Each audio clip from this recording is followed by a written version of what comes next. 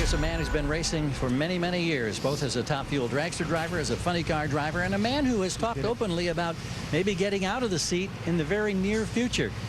In the wake of an incident that we have experienced at this track this weekend, Jim, does that hasten your decision? Well, in actuality, it hurts my decision. If my race team were to ever go through a catastrophic accident, I would much prefer I be in the cockpit. It really gives me pause to put another human being in the seat and possibly be responsible. I mean, all accidents have causes, and some of those causes are beyond our control, but some of them aren't. And it really gives me pause to let somebody else drive, more so now. You study virtually every accident. You have for years. What kind of conclusions do you draw when you try to break down and find some way to appease in your own mind what has happened? Well, you're right. I mean, I do spend a lot of time trying to figure out, okay, we had an accident. What are we going to change so that accident doesn't happen again?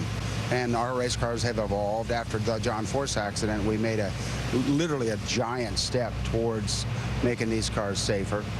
So, yeah, I can work on my parachute system, which already works pretty good. I have ordered some new brakes because mine are pretty old, and it's time to step up and spend some more money. But in fact, what it's really time to do is fix those unsafe conditions at the racetrack, at the end of the racetrack. And frankly, if you can't fix them, and we do have some racetracks that are, these racetracks were all built in the 50s and the 60s when these race cars were going 200 miles an hour. We're going 335 miles an hour. And I got to tell you, the difference between a car going 300 and 330 is absolutely unbelievable as a driver. And this, you know, as a scientist, I will tell you, that's one hell of a lot more energy, that extra 30 miles an hour.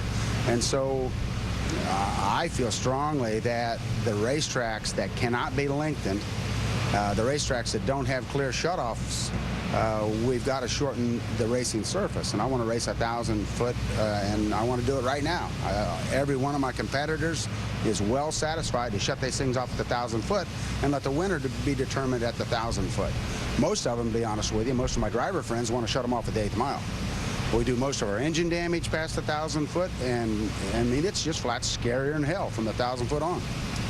As always, we appreciate your insights. Thank you, Jim. Thank you.